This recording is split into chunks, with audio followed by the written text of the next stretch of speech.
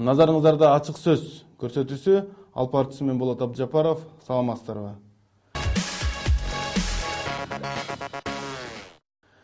Ал эми бүгүнкү биздин студиябыздын коногу Жогорку Кеңештин депутаты, Ата журт фракциясынын лидери, Курманжан Датка фондунун негиздөөчүлөрүнүн бири Жылдызкан Жолдошева эже.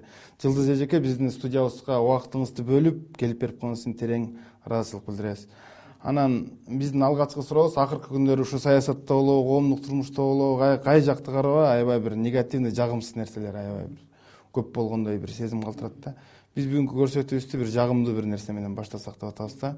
Мына Курманжан Датка фильми Кыргызстандагы эгемендик алгандан бери биринчи тарыхый тасма мына бир ушул айдын аягында жарыкка чыгайын деп турат. Ошол тасмага сиздин дагы депутат катары, ошо Курманжан Датка фондунун негиздөөчүсү катары, анан баягы Кыргыздын бир активдүү бир аял заты катары бир аябай көп салымыбыз кошкондор айтылып жүрөт. Эми ушул жарыкка чыгаардын алдындагы таасир кандай болуп атат? Биринчиден, саламатсыздар урматтуу ушул Калемпир сайтынын окурмандары, көрөрмандары. Биринчиден мен Болотко ошондой эле Эрниске ыраазычылык билдирип кетем. Мына ушундай чакан студия ачып, өзүңөр аракет жасап, чындыкты болгон маалыматты элге өз убагында жеткирип туралы деп. Курманжан Датка фонду 95-жылы Бишкек шаарынын 1-Май районунун деңгээлинде түзүлгөн. Андан кийин болот 96-жылы элдин суранычы менен республикалык фондко айланганбыз да, кайрымдуулук коомдук фонд. Фонд 19 жылдын ичинде 4000ден ашык элге жардам бердик, 460 балага оор операциялар жардам берүүгө көмөк көрсөттүк. Чынын айтыш керек, негизинен фондду жөнөкөй карапайым эл колдойт. Ал эми 7 долбоор бар. Ошол Курманжан Датканын басып өткөн жолун элге жеткирүү боюнча. Ошол долбоордун бирөөсү мына ушул тарыхый тасма.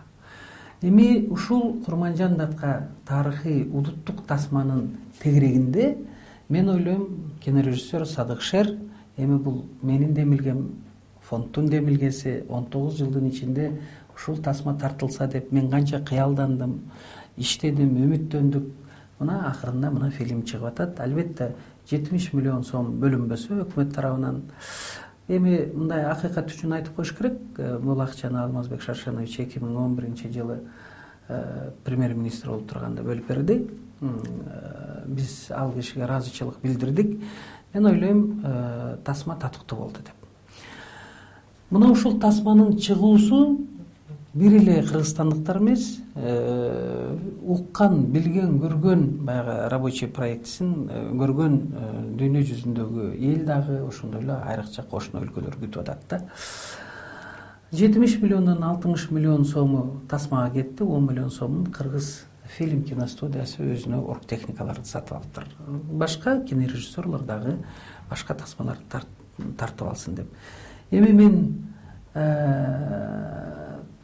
тарыхый улуттук фильм кандай тартылды, ага токтолбосом, эл өзү баа берсе, себеби элдин сынагынан өтүш керек. Бул тасма, мен бир гана нерсени айта алам. Курманжан Датканын тегерегинде биз Кыргыздын үрп-адатын, салтын, тарыхын, ошону менен эле бирге кыргыз элинин улуулугун дагы бир айтып кете турган нерсе, ушунчалык кооз Кыргызстандын жаратылышын көрсөтө алды да режиссер. Мен ойлойм, элдин купулуна абдан толуу менен токтолбостон бул тасма жаштар кыргыз элинин тарыхынын бир сүртүмүнө чуңгуп чыгат деп ишенем. Анан баягы ушул фильмдин тууралуу дагы баягы социалдык тармактарда жана башка маалымат булактарында ар түрдүү сөздөр айтылып атат. Ошо 70 миллионго конкурс жарыяланган жок. Баягы Садык Шер тандоодо кандай бир критерийлер менен ошо Садык Шерге ишенип берилди деген маселелер бар да. Ошо жагына кичине токтоло кетсеңиз, так маалымат берип. Бул туура эмес маалымат. Министрликте 2009-жылы конкурс болгон. Конкурстан Садык Шер утуп алган. Мен ушул демилгечи катары, ушул тасманын демилгечиси катары мен Эрнис Абдыжапаровду, ошондой эле Талип Ибраимовду актанды чакырганмын да, тартпайсыңар ушул фильмди, тарткыла, акчаны мен табайын деп. Бирок тилекке каршы алар макул болгон эмес. Садык Шер биринчиден айтыш, ушул кыргыздын нукура бир өзүнчө бир бөлүгүн алып чыга алды да.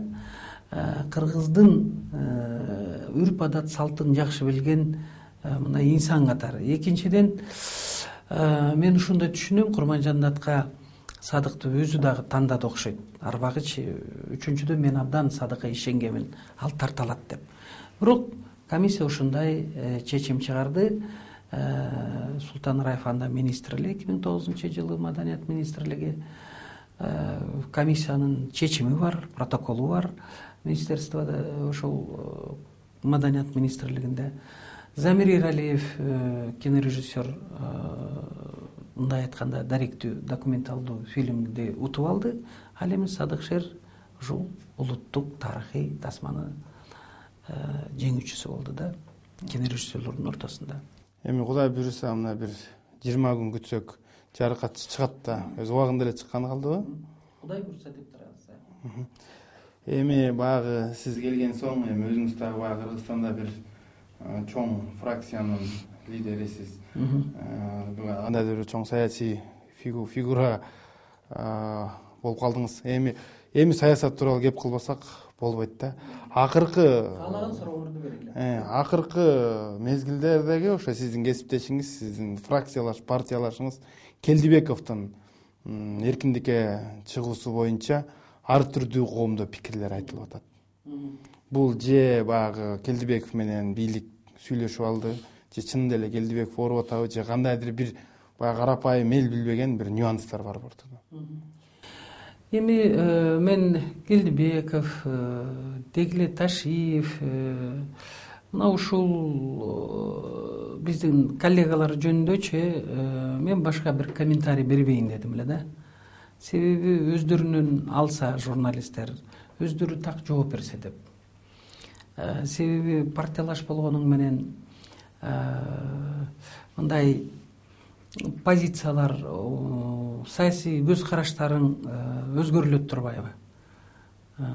Ошон үчүн алар үчүн бир нерсе айтыш өтө кыйын болуп барат кедич. Мен ошон үчүн анын оорусу жөнүндө гана айтып кетсем, чынында эле 4 операция болду, оорусу оор, аллергиясы бар экен. Ошон үчүн сот ушундай чечим кабыл алды, Германияда лечение жасаш керек деп, же дарыланыш керек деп. Мен мына ушуну гана фактыны факт катары айта алам. Бирок сиз баягы партиялаш катары, фракциялаш катары баягы көп эле жерден өзүңүз баягы көп кишилерге жаман көрдүңүз, ошолордун таламын талашыпчы. Канча баягы парламенттик пленардык жыйындарда микрофон менен канча кесиптештериңиз менен уруштуңуз ошолордун айынан, анан эми ошентип коюп эле анан калып каласызбы? Мен бир нерсени түшүндүм да, мен биринчи жолу депутат болуп атам да, анан чоң саясатка биринчи аралаштым. Мен эми аткаруу бийлигинде иштегенде биз мындай айтканда чарба маселеси менен эле жүрчү элек да. Саясатта абдан көп иринжүү, мындай айтканда разочарование көп болот экен да, көп нерседе. Мен ошол партиялаш катары, мындай айтканда кийинчерээк аз убакыт мына лидер болуп иштеп атам. Эми лидерликти мен умтулган жокмун. Мыкты Өксүбүч капысынан лидерликтен баш тартканда ал киши өз ыктыяры менен кетип калды. Эч ким ушул Ата журт фракциясына лидер болуп бергиле десек эч ким макул болбоду. Ошондо менин коллегаларым, Ата журт фракциянын депутаттары сиз болуңуз деп өздөрү мына ушинтип лидерликке алып келди. Мен айттым, мен канча иштейм, ошол убакыттын ичинде мен колуман келишинче мамлекет эл үчүн кызмат кылып берем деп. Мен ошондой позицияда турам да. Бир гана мамлекеттин кызыкчылыгы үчүн, бир гана карапайым элдин кызыкчылыгы үчүн кызмат кылып атам. Эми экинчиси, мен ушул Ата журт фракциясынын лидерлери абдан бир ушундай бир кырдаалдарга туш келип калды да, саясий куугунтук болдубу, бир четинен өздөрү кичине катачылык кетирдиби, бирок ушундай жагдайга келгенде мен коллегасы катары бирөөсүн таштаган жокмун, саткынчылыкка барган жокмун. Же болбосо ошондой алар оор кырдаалга туш келип калганда жарым жолдо таштап кетип калган жок. Мен аягына дери болдум. Аягына дери болуп мен өзүмдүн парызымды аткардым. Бул менин көз карашым, менин принцибим жашоодогу. Эч качан эч кимди сатпа, эч качан эч кимге келип артынан бычак сайба, ошону менен бирге баштаган позицияңан тайба, эч качан бирөөнүн алдында туура эмес жасалган иши үчүн ошону кесе айтсаң, андан кийин өзүңдүн кызыкчылыгың үчүн ал кишиден кечирим сураба деген менде принциптер бар. Ошон үчүн эми алар баалаштыбы, баалабадыбы бул башка кеп. Бирок менин аберим таза. Коллегаларым алдында, мындай айтканда өз аберимдин алдында, ошондой эле Кудайдын алдында, эл журттун алдында. Ал эми калганы бул өзү тарых көрсөтөт.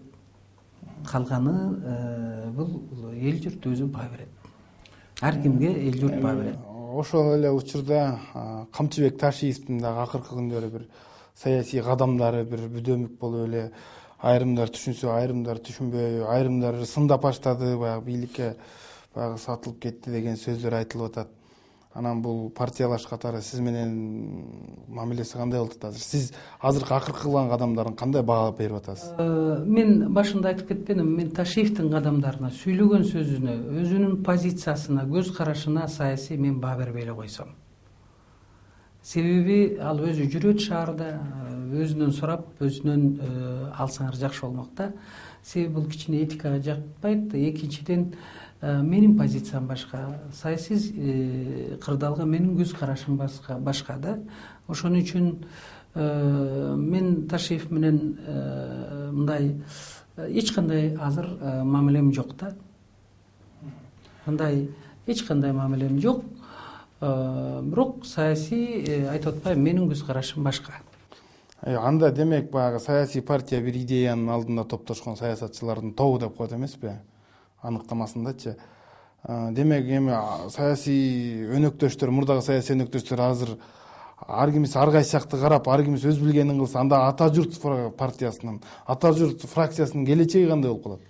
Эми аны күз көрсөтөт. Күздө көп нерсе мен ойлойм өзгөрүлөт, көрсөтөт. Күз өзүнүн бир гана түшүм жыйноо менен гана бир кандайдыр бир жыйынтыкталбастан мен ойлойм саясий багытта да көп өзгөрүүлөр болушу мүмкүн. Албетте лидер партия менен лидер фракциянын кайсы мындай орчундуу маселелерде көз караштары сиз айткандай төп келишпесе, албетте иштөө кыйын болуп калат. Бул талашсыз нерсе. Сиз ошо көп жерден баягы байкайбыз, журналист катары баягы биз сереп салганда байкайбыз, айрым эркек журналисттерге караганда сөздү ачык айтып, бетке бийликти көп сындайсыз. Сизге дагы ошо коркутуу, үркүтүүлөр, ар кандай кысымдар болобу? Мага коркутуу, үркүтүүлөр абдан көп болду. 2011-жылы апрель июнь окуясын баягы жогорку кеңештин иликтөө комиссиясынын төрагасынын орун басары болуп, мен чындыкты айткандан кийин абдан көп кысымга кабылдым, коркутуу, үркүтүүлөр болду. Бир сөз менен айтканда, мен 5 жолу сурандым парламенттен үй бүлөмдүн коопсуздугун сактоо боюнча токтом чыгарып бергиле деп. Бирок анда Ахматбек Келдибекович болчу спикер, ал киши бул маселени койгон жок жыйынга. Ошентип мен үй бүлөмдүн коопсуздугун сакташкан жок. Бирок премьер-министр Ошондо Атамбаев эле бул да чындыкты эл билиш керек. Ал киши ошондой тапшырма бериптир, коопсуздугун, Жылдыз Жолдошованын үйүнүн коопсуздугун камсыз кылгыла. Себеби мен оппозиционер катары башыман көп нерсе өткөн. Жаш неберелери бар экен, жаш балдары бар экен үйүндө дегенден кийин биздин үй бүлөнү 6 ай мындай айтканда коопсуздугубузду коргоодо жардам беришти. Ошондой эле жүйдүн күчтүү генералдары алар дагы биздин коопсуздукту, үй бүлөбүздүн коопсуздугун коргоодо жардам беришти. Бул эми чындык, эл билиш керек. Бирок кысым бүгүнкү күнгө дейин токтолбой келет. Өзүңөр билесиңер, комплекс Курманжандатка аркылуу ушундай көп кысымдар болуп атат. Бир 16-13 депутат биригип алып жалган жалаларды бүт Кыргызстанга эле эмес, сайт аркылуу дүйнө жүзүнө жеткирип атышат. Эми комплекс Курманжандатка боюнча кандай кысым болуп атат, ошону айтып коеюн.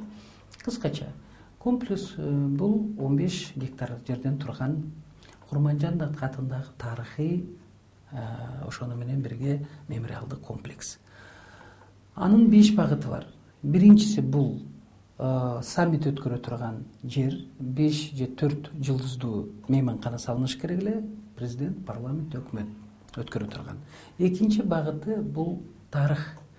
3 этаждуу тарыхый музей азыр салынды. Өрнөк айылын өткөндөн кийин көрсөңөр болот, аябай кооз. Анда 1917 жылга дейин Совет доору ошону бирге эгемендүүлүк жылдардын тарыхын камтыган тарыхый музей. Бул комплекстин аты гана Курманжандатка, ата заты бүт кыргыз элинин, Кыргызстандын тарыхы да. Анан 11 кишинин тарыхый музейи. Бул Барсбектен баштап Байтик Батырга дейин кыргызды кыргыз кылып түптөгөн. Буну Академия наук өзү чечкен. Үчүнчү багыты бул маданият. Ал жерде кинофестиваль өтө турган, ошондой эле Юрмаладагыдай 2000 орундук концертный зал, 7 областка бирден боз үй өздөрүнүн кол өнөрчүлүгүн сата турганда бекер баары берилмек. 4-сү спорт. 50 метрлик бассейнден баштап волейбол, баскетбол, даже водный спорт. Ал эми 5-си бул жетим жесирлерге, жөнөкөй карапайым элге, айрыкча орукчан балдар үчүн коттедждер салынмак. Бирок менин оппоненттерим бул жакшынакай комплексти мындай саясатташтырып жиберишти да. Бул биринчиден. Экинчиден, биздин комплекске, ошол Курманжандат комплекске $20 миллион керек эле ушунун баарын реализовать этиш үчүн. Биз аны таба албадык. Же инвестор жок, же болбосо мындай айтканда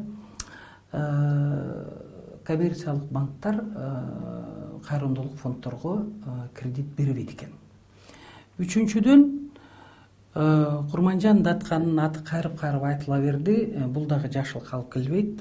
Тирүү арбак деп коюшат биздин тарыхый инсандарды. Ошол арбактын өз жайына койсун деп биз Курманжандатка фондунун мүчөлөрү чечимге келип, жогорку кеңешке кайрылып, рас маданият, тарых, туризм болгондон кийин бул объект Маданият министрлигине өткөрүү боюнча мына 22 майда биздин кайрылуубуз менен, фонддун кайрылуусу менен бул комплекстин жери 15 гектар жер азыр министрликке өттү, Маданият министрлигине. Экинчиден, тиги дагы бир нерсени айтып коюш керек да. Мамлекеттик акча, мамлекеттик тиги мекемеге келип түштү. Бул мына өзүңөр билесиңер, госагентство бар, архитектура жана турак жай боюнча. Ошол госагентствонун алдында департамент бар, турак жай курулуш боюнча.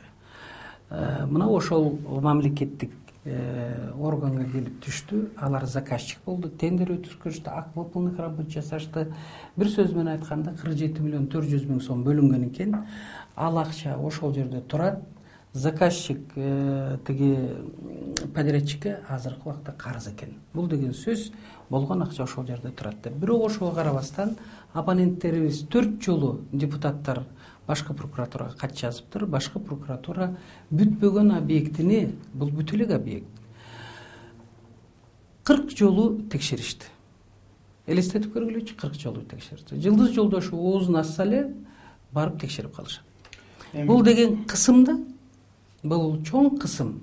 Кандайдыр бир жалган жалаа жаптырганга аракет жасап аткан кысым деп мен баалайм. Себеби бүт эле объектти мына ушунча текшерүүнүн өзү туура эмес. Булчу мейли текшере берсин.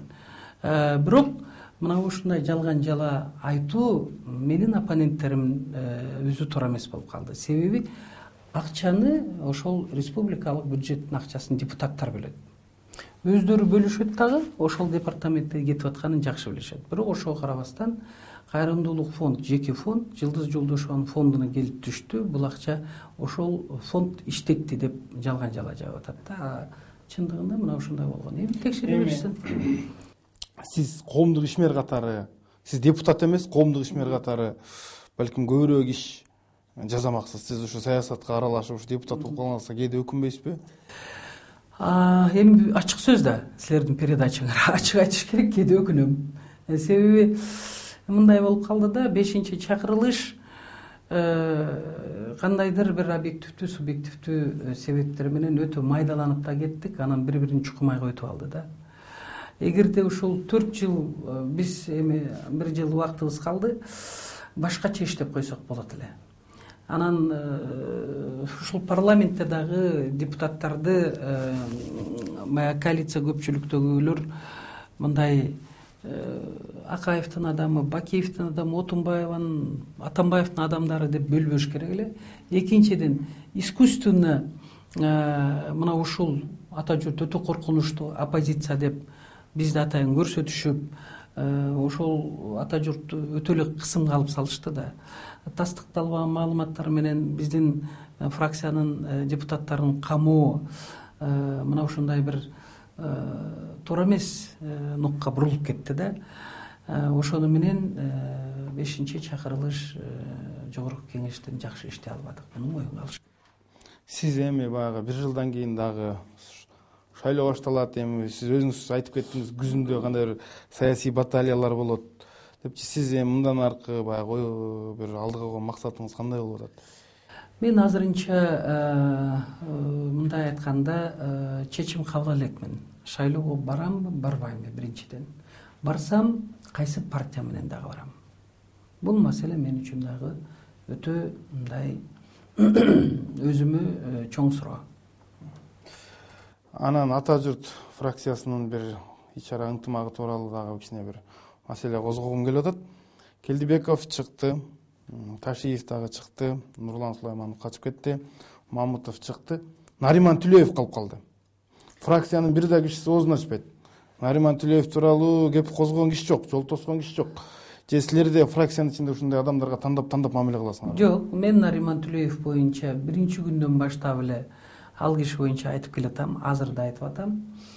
Нариман Түлөев боюнча азыр саламаттык сактоо министрлигине биз кат жөнөттүк.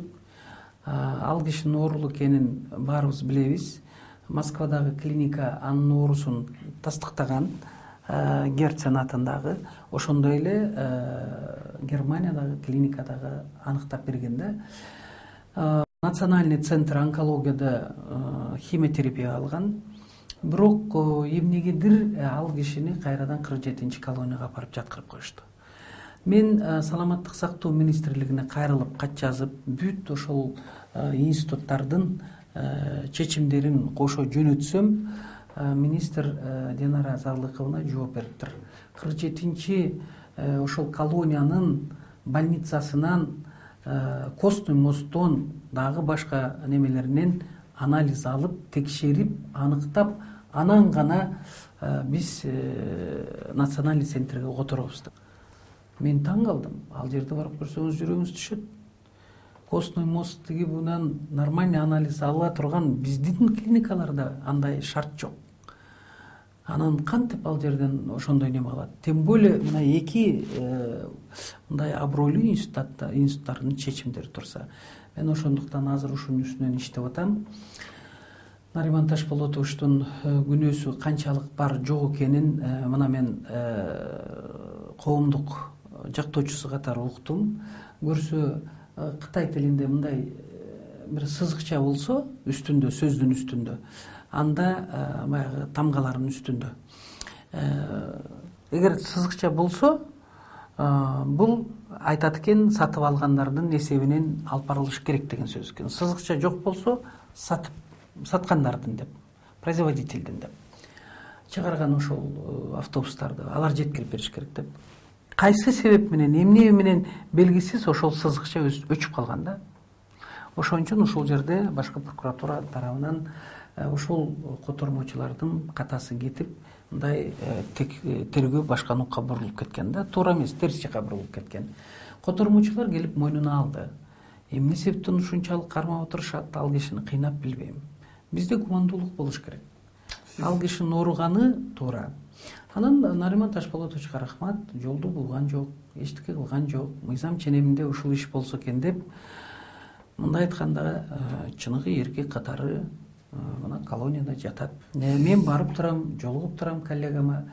Мен мына элге ачык айтып коеюн, мен бирөөсүн саткан жокмун ошол коллегаларым. Ташиевти, Келдибековду, Талант Мамытовду, Садыр Жапаровду, Нариман Төлөевди, Нурлан Сулаймановду. Мен аягына дери алар менен болдум. Эмнеге жалгыз элесиз? Сиз фракцияда 25 депутат бар. Өткөндө Алайда жол тоскондо сиз бардыңыз. Алайдан момча депутат бар. Деп жада калса силердин фракциялаш эмес, СДПК фракциясынан Исмаил Исаков. Ошо өзүнүн алайлык баягы солидарностун көргөзүп, Алайдын жигит деп. Алайдын жол тоскон элдер нааразы болот дейт. Бизден ушунча депутат бар эле. Ушул Келдибековду коргоп, Жылдызкан Жолдошовдон башка эч ким келген жок депчи. Эмне себептен ушу фракциянын ичинен сиз эле чуркап жүрөсүз, калган эркек депутаттар унчукпайт? Биз Советтер Союзунун нанын жедик да болот. Советтер Союзунун нанын жегенде бир эле тажрыйбаны үйрөткөн эмес да бизге. Ошону менен бирге биздин адамдык сапатыбызды дагы мындай өстүрүүгө дагы көп көңүл бурган да, улуумун. Мындай да, жаманчылык бул капысынан келет. Жакшы нерсе ал пландаштырылып келет. Ошон үчүн жакшы нерсеге ошол үй бүлө даяр. Жаманчылык бул капысынан келет. Ошол жаманчылык башына түшкөндө, оор кырдаал башына түшкөндө ошол адамды таштабагын деген Советтер Союзунун идеологиясы болгон. Биз ошого сиңип калган ошол. Ошон үчүн мен өзү жаратылыштан мындай предательствого жокмун, ким менен иштебейин, аягына дери жардам берүүгө даярмын. Сиздин кесиптештериңиз, мисалы, балким биз көрбөй атабыз, балким сизге бир кагазын алып келип берип атат, же тигиндей же фракциянын баягы жыйынында мындай өзүнүн активдүүлүгүн көргөзүп атат кээ бир кесиптештериңизчи. Ошондой бир колдоп сизди Жылдыз эже, Келдибековго мындай жардам көргөзөлү, Ташиевке мындай жардам, Мамытовго, Сулаймановго, Садыр Жапаровго деп дегендер бар. Фракциянын ичинде барбы да боор тарткандар же жөн эле? Албетте бар. Мисалы үчүн Мыктыбек Юсупович Абдылдаев, ал киши абдан грамотный, бизде юристтер көп да. Ал киши генеральный прокурор болуп иштеген. Ал киши абдан чоң жардамын аяган жок. Ошол коллегаларыбызга Курманбек Эргеч Осмонов, ал деген жогорку сотто сот болуп иштеди, төрагасы болуп иштеди. Ал деген мындай ушунчалык күчтүү юристтер да. Курмантай Абдиевич, ал киши дагы неме кылган жок. Мына Надира Нарматова жана башкалары, Улукбек Кочкоров бар эле. Бирок эми мындай экен да, өзү өтө активдүү саясатчы, башкалар үчүн дагы таяк жеп, анан эми душман деп айтпайм, менин душманым жок деп эсептейм. Бирок менин оппоненттеримди көбөйтүүдө албетте мына ушул жагдайлар деле жакшы жардам берди менин активдүүлүгүмдө. Бирок мен эч нерсеге өкүнбөйм. Бул менин жаратылыштан берген мүнөзүм. Мен эч кимди сатып да кете албайм, эч кимди жарым жолдо таштап да кете албайм. Мына менин эң бир күчтүү оппонентим бул Текебаев Өмүрбек. Бирок ошол эле Өмүрбек Текебаевга туура эмес, жалган жала жабылып же ага кысым көрсөтүлсө, мен как коллега аны дагы колдоого, коргоого ала алам. Президенттин коррупцияга каршы күрөшү, көпчүлүк айтат, бул Ата журт фракциясына каршы күрөш деп баягы тамашалап, саясий оппоненттерин алсыратуу максатында болгон күрөш деп атат да. Бирок ошол күрөш акыркы күндөр түшүнүксүз болуп калды да. Келдибековдун эркиндикке чыгышы менен бул эмне болгон күрөш болуп калды. Сиз кандай баа бересиз ушу коррупцияга каршы күрөш? Коррупцияга каршы күрөшүү бул системдүү түрдө, анан ошону менен бирге коомчулук ошол күрөштү кабыл алып, коомчулук өзү күрөшүш керек коррупция менен каршычы. Мисалы үчүн айыл өкмөтүнөн справка алганы барсаң, акча төлөбө. Справканы бекер берет. Жок, ошол справканын гана кагазын азыр бардык нерсе сатылат да. Ошол кагаз жок болуп калып айыл өкмөттө көчүрмөсүн кылса, ошол акчасын гана төлөп коюш керек да. Мындай эл өзү коррупцияга каршы күрөшпөй сайын бийликтин коррупцияга каршы күрөшүүсү бул жакшы эффект бербейт. Системдүү түрдө бир системага түшүшүбүз керек да, ошону менен күрөшүшүбүз керек. Экинчиден, да азыркы коррупцияга каршы күрөшүү бул тандалма, ошону менен бирге оппоненттерге каршы жасалган бул коррупцияга күрөшүү деген лозунг мындай курал болуп берди да, жакшы курал болуп берди. Чынында эле ушундай ой калды. Мен өткөндө резиденцияда эл аралык немеде айттым эле, мындай жыйында коррупция күрөшүүнүн жолу менен Ата журт фракциясынын гана депутаттары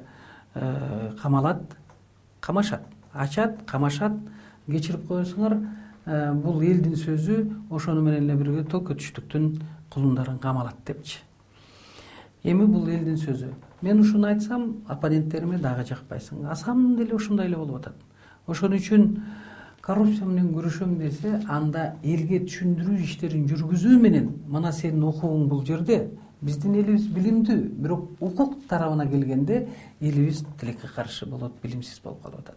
Мына ушул ар бир жанандын укугун кенен бийлик мындай айтканда тааныштырыш керек да. Мисалы үчүн сен бардыңбы бир маселени чечүү боюнча, ал маселеде тиги тарап тыйын бермей сайын чечпейм десе, анан ал айласынан тыйын берет. А тыйын бербестен ошону талап кылса, алар беришет айласынан. Ошон үчүн мен ойлойм, коомчулук күрөшпөсө коррупция менен күрөшүш кыйын. Биринчиден, экинчиден, коррупцияны бир өлкөдө жеңген эмес, жеңе албайт дагы, бирок коррупция менен күрөшүш керек. Жок дегенде аны ооздуктатып, азайтып туруш керек.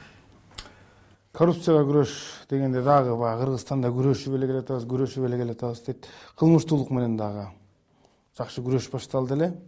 Анан эле аякта да аягы баягы түшүнүксүз болуп калды. Айсып Атыкаев бошоп кетти, Камчы Көлбаев келип бошоп кетти. Анан элдерде суроо пайда болду.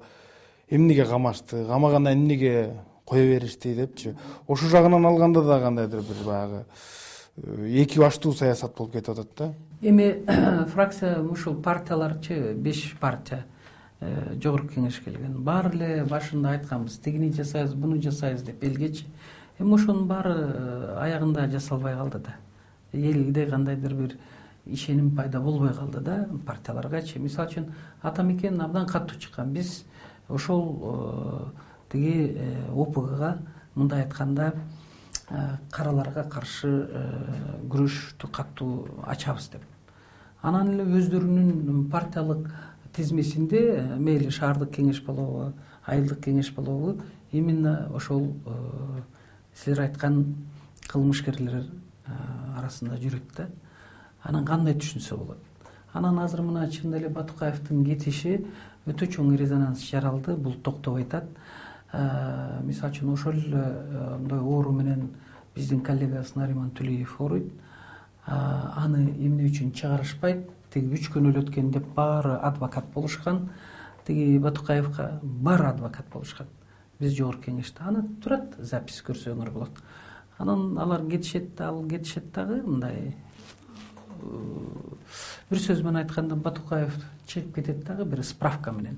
А бул жерде клиниканын заключениялары турса, тиги медэкспертизанын заключениясы турса, Нариман Ташполотовду жөн эле национальный центр онкологияга чыгарып, химиотерапия алсын десек, мына ушул маселени Минздрав чечпей атат бүгүнкү күнгө дейм. Мен ойлойм, эми Кудай сактасын, кандайдыр бир последствиясы болсо, Динара Зарлыковна Сагынбаева келип башы менен жооп берет. Жылдызхан эже, акыркы сурообуз бул болсун. Биздин журналисттерге байланыштуу суроо, акыркы күндөрү жанагы ложный донос боюнча, жалган маалымат жеткирүү боюнча мыйзамды кабыл алдыңыздар. Президент кол койду. Анан ошол мыйзам менен Өмүрбек Текебаев биринчи колдонуп көрүүнү чечип атат. Анан ошол тууралуу сиздин пикириңиз кандай? Бул сөз эркиндигине болгон кандайдыр бир коркунуч дегендер болуп атат. Бул биринчиден ошол мыйзам туура кабыл алындыбы, туура кабыл алынбадыбы, чын айтсак, депутаттар шашылыш түрдө алып койдук. Ачыгы айтыш керек, моюнга алыш керек. Себеби бул Конституцияга карама-каршы келет. Конституциянын беренесинде жазылып турат. Жалган маалымат үчүн бирөөнүн аброюна билбей шек келтирип алган мындай жазага тартылбайт деп. Бул Конституцияны ошол Текебаев жазган, өзү оппозиция болуп жүргөндө даярдаса керек, өзүнө ыңгайлаштырып жазса керек, бийликке келем деп ойлобосо керек. А бийликке келгенден кийин ал конституциялык мыйзам ага каршы иштеген болгондуктан ал конституциялык мыйзамга каршы чыгып азыр мына ошол 329-беренени киргизди да. Чынын айтыш керек, мен мисалы үчүн мына 35 жыл саясаттамын, бир дагы журналистти сотко берген жокмун. Мен азыр саясатчы катары саясатчы баарына чыдаш керек деген принципте жашап иштеп келем да. Өткөндө Мирлан Дүйшөнбеков деген жазыптыр де-факто гезитинде. Анын колуна кантип жогорку кеңештин документи түшүп калган, аны азыр иликтеп атышат. Счетный палатанын отчету. Анан ошону бурмалап, жалган жалаларды жазып ошентиптир. Ал жигитти биз биринчи сотко берели дегенбиз 329 менен. Бирок менин жашоомдо принцибим бар эле да, бир да журналистти сотко бербөө деген. Ошону менен фонд берейин дегенде койгула деп койдук. Мейли. Ал жигит өзү айбири болсо, бир күн болбосо бир күн эже кечирип коюңуз деп айтар. Ал эми де-факто гезитти кечирим сурап, фонд Курманжан Датканын берген экинчи тарапты да басып чыкты. Мен ойлойм, ушундай эле нерсе менен бүтүш керек да. Эгер журналист туура эмес жазып койсо, анда журналистке кайрылыш керек. Ошол киши, инсан ошол тарапта дагы гезит басып койсо, мына ушуну менен бүтүрүш керек. Эми Адилет Айтыкеевди сотко бериптир. Кече окудум гезиттен, Алиби гезитине чыккан экен. Мен айтайын дегеним, журналист болбосо саясатчынын айткан сөзү, саясатчынын жасаган иштери, саясатчынын элге болгон камкордугу, деги эле саясатчынын ишмердилиги коомчулукка жетпейт. Ал эми журналист, саясатчы жок болсо, анын калеми мындай айтканда курч эмес, мокок калемдей болуп калат да.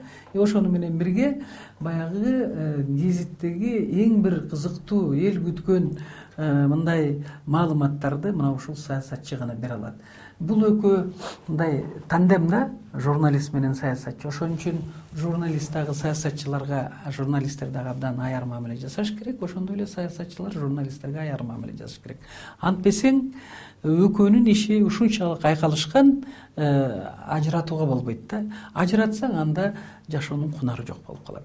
Ошон үчүн мен журналисттерге да кайрылып кетет элем, саясатчыларга дагы бири-бириңерге болгон сый урмат мамилени тастыктап маалыматтарды жазсаңар, анан чындыкты жазсаңар, колуңарда документ болсо жазсаңар, мына ошондо мен ойлойм гезитиңердин мындай айтканда окуу тиражы да көбөйөт, окуган киши дагы өзүнчө бир ыраазы болуп калат, маалымат да так жетет. Ошону менен бирге саясатчы дагы ким болбосун журналисттерди мындай курал катары колдонбош керек. Мисалы үчүн эмне үчүн ошол отчетту, албетте бул депутаттардын колундагы документ эле. Эмне үчүн депутат ошол Мирлан Дүйшөнбековго бербестен өзүнүн аты менен жазып чыкпайбы? Мен жазып эле атпаймынбы? Мына Интербилим Разакова көчөсүндө Бөкөнбаева. Ал жердеги управление универсальной собственности дейт. Бишкектин жери, бул мамлекеттик жер. 5 соток жерди алыптыр дагы Интербилим бекер, анан $150,000 Авангард стилге сатып жибериптир. Дагы аны эмне кылышкан билбейбиз Интербилимдин жетекчилери. Анан Авангард стил азыр 12 этаждуу, мындай айтканда коммерциялык өтө мындай үй салынып атат. Анын 1 метр квадраты $1,200 турат. 606 метр квадрат экен, бул $7,688,000 дегенди түзөт. Көрдүңөрбү? Жок жерден кандай акча таап атышат да. Ал эми ошол жердин 1 соток жери кечирип коюңуз $100,000 турат. Анан кантип мына ушул биз ачык жазып чыксак, башкы прокуратура мына ушул коррупциялык схемага, коррупциялык болуп аткан ишке көңүл бурбайт дагы үстүртөн эле жооп берип коюптур. Эч кандай мыйзам бузуу болгон жок деп. Мыйзам бузуу болду. Бишкек мэриясынын комиссиясы бар, жерлерди бөлүп берүү. Ошонун 4-чү протоколун таба албай койдук. Тапсак дагы ал жерде бекер берилгени тастыкталат. А бекер берилбеш керек жер. Жер 3 гана жол менен берилет. Биринчиси түз сатуу деп коет, прямая продажа. Экинчиси аукцион менен продажа. Үчүнчүсү 49 жылга же 99 жылга гана жер берилет арендага. Арендасын төлөш керек да. Анан жөн эле УМСтин жерин берип коюп, анан Интер билим мынтип сатып атса, ага эч ким көңүл бурбайт. А биздин мына фонд Курманжан аткан Виноградный деген көчөсүндөгү аренда оплатасын алып салыш керек болчу. Мыйзам боюнча 32 жер кодексинин 32 статья 4 бөлүгүндө коомдук нуждага ал 24 кежиге чыкса сайтка, ошол сайттын негизинде Бишкек шаардык кеңешинин чечими чыкты да, ушул мыйзамдын чегинде аренда оплатасы төлөнбөсүн фонд Курманжан датка тарабынан деп. Жок, сайтка чыгары менен мынабы башкы прокуратурадан задание келип шаардык прокуратура ошондой неме кылып салган да, мындай шаардык кеңешинин чечимин жокко чыгарып койду. Көрдүңүзбү? А буларда 7 миллион долларлык иштер жүрүп атса, аларга эч бир неме айтпайт. Мына бийликтин жүзү. Биринчиден, мына комплекс Курманжан датка боюнча дагы айтып кетейин. Эми бүтпөгөн объект биринчиден. Экинчиден, бүтпөгөн объектте албетте завышение болот. Бул бүтпөгөн объектте отклонение от проекта болот. Сиз деле үй салып атсаңыз, кухняңызда 12 метр квадрат дейсиз. Жок, проект боюнча 12 метр квадрат. Сиз айтасыз 24 метр квадрат кылам дейсиз. Албетте завышение бар да. Себеби квадрат болду, көбөйдү, тиги акчанын баасы да көбөйөт. Анан мына ушул нерсени бүтпөгөн объектти 40 жолу текшерүү менен, мына ушундай кысымга алуу менен Жолдошованын оозун кандайдыр бир басууга аракет жасалган мындай кадамдарды токтотуш керек күч органдары. Экинчиден, мен таң калганым, мындай жалган жалаларды дагы айдоочум аркылуу айттырышты. Андан кийин айдоочум кечирим сурады. Жалган жалаа менен эгер кандайдыр бир саясатчынын оозун басуу же болбосо кандайдыр бир кыймыл аракеттерге барам десе, мен ойлойм, бул жакшылыкка алып келбейт. Ошондуктан бардык нерсе чегинде, мыйзам чегинде болуш керек. Эпте бир сөз менен айтканда, биз мыйзам чегинде иш алып бара албай атабыз. Мыйзамдуулук, акыйкаттуулукту, адилеттүүлүктү азырынча биз орното албадык. Муну да моюнга алыш керек. Жылдыз айым, биздин студиябызга ушунча убактыңызды бөлүп, маанилүү маек куруп, мазмундуу маек куруп, ачык сөзүңүздү айтып бергениңиз үчүн терең ыраазычылык билдиребиз. Сиздин ишиңизге ийгилик каалайбыз. Ар дайым бар болуңуз. Урматтуу телекөрүүчүлөр, назарыңыздарда ачык сөз көрсөтүүсү болду. Эфир аркылуу жолукканга чейин саламатта болуңуздар.